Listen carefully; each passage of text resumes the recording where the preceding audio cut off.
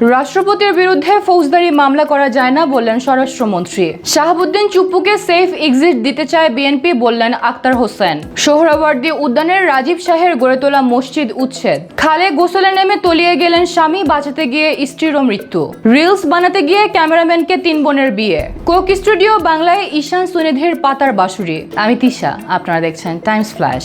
স্বরাষ্ট্রমন্ত্রী সালাউদ্দিন আহমদ বলেছেন, দেশের সংবিধানে রাষ্ট্রপতিকে বিশেষ সুবিধা দেওয়া হয়েছে, যার ফলে তার বিরুদ্ধে আদালতে ফৌজদারি আইনে মামলা করা যায় না। এছাড়া পদ ছেড়ে দেওয়ার পর একটি নির্দিষ্ট সময় পর্যন্ত রাষ্ট্রপতিকে সুরক্ষা ও নিরাপত্তা দেওয়ার বিধান রয়েছে বলে জানান তিনি। সেই হিসেবে সদ্য পদত্যাগ করা রাষ্ট্রপতি মোহাম্মদ শাহাবুদ্দিনকেও সুরক্ষা ও নিরাপত্তা দেওয়া হবে বলে জানিয়েছেন স্বরাষ্ট্রমন্ত্রী। রোববার ঢাকায় সচিবালয়ে সাংবাদিকদের প্রশ্নের জবাবে এসব কথা বলেন তিনি। শাহাবুদ্দিন চুপ্পুকে সেফ এক্সিট দিতে চায় বিএনপি, এমন দাবি এনসিপির সদস্য সচিব আক্তার হোসেনের। সাংবাদিকদের এক প্রশ্নের জবাবে আক্তার হোসেন বলেন, অনেকেই বলছেন সংবিধানের 51 অনুচ্ছেদ অনুযায়ী সাবেক প্রেসিডেন্ট চুপ্পুর বিরুদ্ধে কোনো ব্যবস্থা নেওয়া যাবে না, কিন্তু এটি ভুল কনসেপ্ট। যতদিন তিনি রাষ্ট্রপতি ছিলেন ততদিন 51 অনুচ্ছেদ তার রক্ষা কবচ হিসেবে কাজ করেছে, কিন্তু এখন তিনি রাষ্ট্রপতি নন, তাই তাকে আইনের আওতায় আনতে হবে। তিনি বলেন, এরশাদ রাষ্ট্রপতি পদ থেকে পদত্যাগ করা মাত্র 6 দিন পর তাকে জেলে নেওয়া হয়েছিল। সোহরাওয়ার্দী উদ্যানের রাজীব শাহের গড়ে তোলা মসজিদ উচ্ছেদ। উদ্যানের সরকারি জায়গা অবৈধভাবে দখল করে রাজীব শাহ নামের এক ব্যক্তির গড়ে তোলা কথিত একটি মসজিদ উচ্ছেদ করেছেন ভ্রাম্যমাণ আদালত। অভিযানে নামাজের জন্য টানানো ট্রিপল খুলে ফেলা হয়, সেই সঙ্গে জব্দ করা হয় জায়নামাজ সহ ধর্মীয় বইপত্র। পাশাপাশি স্থাপনাটির চৌহদ্দি তৈরিতে ব্যবহৃত ইটও বুলডোজারের মাধ্যমে সরিয়ে নেওয়া হয়। সোহরাওয়ার্দী উদ্যানের সরকারি জায়গা দখল করে এই কথিত মসজিদ নির্মাণের বিষয়টি গত কয়েকদিন ধরে গণমাধ্যমে আলোচনায় আসে। রাজীব শাহ নামের এক গৃহহীন, ভবঘুরে ও হতদরিদ্র ব্যক্তি প্রথমে উদ্যানের ওই স্থানে ধান চাষ করেন, পরে কলাগাছ, ঢেঁড়স ও গাঁদা সহ বিভিন্ন ফুলের চারা রোপণ করেন। পরবর্তী সময়ে নামাজ আদায়ের নামে প্রথমে 1-2টি জায়নামাজ বিছিয়ে মুসল্লিদের জন্য স্থান তৈরি করা হয়। এরপর ধীরে ধীরে সেখানে কথিত মসজিদটি গড়ে তোলা হয়। খালে গোসলে নেমে তলিয়ে গেলেন স্বামী, বাঁচাতে গিয়ে স্ত্রীরও মৃত্যু।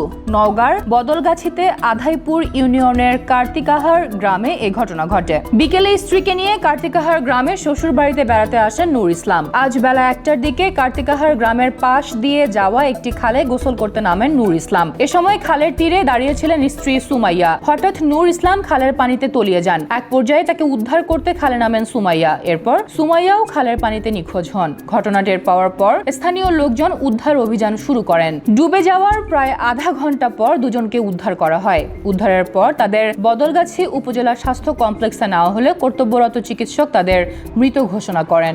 রিলস বানাতে গিয়ে ক্যামেরাম্যানকে 3 বোনের বিয়ে। বিয়েতে একজন ভালো ক্যামেরাম্যান খুঁজে পেতেই যেখানে অনেকের হিমশিম খেতে হয়, সেখানে ওই কাজ করতে গিয়েই এই যুবকের কপালে জুটে গেল একসঙ্গে 3টি স্ত্রী। তবে সবচেয়ে মজার বিষয় হলো, যেখানে একটি সংসার সামলানোই অনেকের কাছে বড় চ্যালেঞ্জ, সেখানে 3 স্ত্রীকে নিয়ে কিভাবে সংসার করবেন এই যুবক, তা নিয়েই এখন নেট দুনিয়ায় বইছে কমেন্টের বন্যা। কেউ মজা করে বলছেন, একটি ভালো জীবনসঙ্গী খুঁজে পাওয়াই কঠিন, সেখানে এই ব্যক্তির ভাগ্যে বউ ছিল 3টি।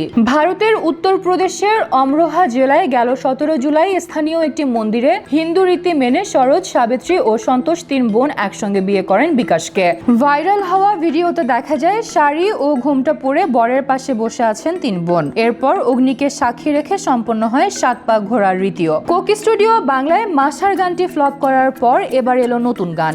কণ্ঠ দিয়েছেন ঈশান মজুমদার ও সুনিধি নায়েক। চতুর্থ মৌসুমের 3য় গান হিসেবে প্রকাশ পেয়েছে তাদের পাতার বাসর। ভালোবাসা, অপেক্ষা ও বিরহের অনুভূতিকে তুলে ধরা হয়েছে এই গানে। গতকাল শনিবার সন্ধ্যায় গানটি প্রকাশ করা হয়। ঈশান মজুমদারের কথা ও সুরে গানটির সঙ্গীত পরিচালনা করেছেন আদিত রহমান। পাতার বাঁশুরির সুরের বিশেষত্ব প্রসঙ্গে আদিত বলেন, ঈশানের একটি আলাদা সুরের ধরন রয়েছে, নিজস্ব একটি পদ্ধতিতে তিনি সুর করেন। সেই নিজস্বতার মধ্যে ছোটবেলায় শোনা পুরনো দিনের বাংলা গানের একটি আবহ পাওয়া যায়। বিশেষ করে মিতালি মুখার্জিদের মতো শিল্পীদের গান শুনে যে প্রজন্ম বড় হয়েছে, তাদের কাছে সেই পুরনো দিনের আমেজ গানটিতে অনুভূত হতে পারে। গানটির সঙ্গীতায়োজনে দেশীয় আবহের সঙ্গে পশ্চিমা সঙ্গীতের প্রভাবও রাখা হয়েছে। এরকম আরো ভিডিও নিউজ পেতে ভিজিট করুন বাংলাদেশটাইমস.com-এ। ধন্যবাদ।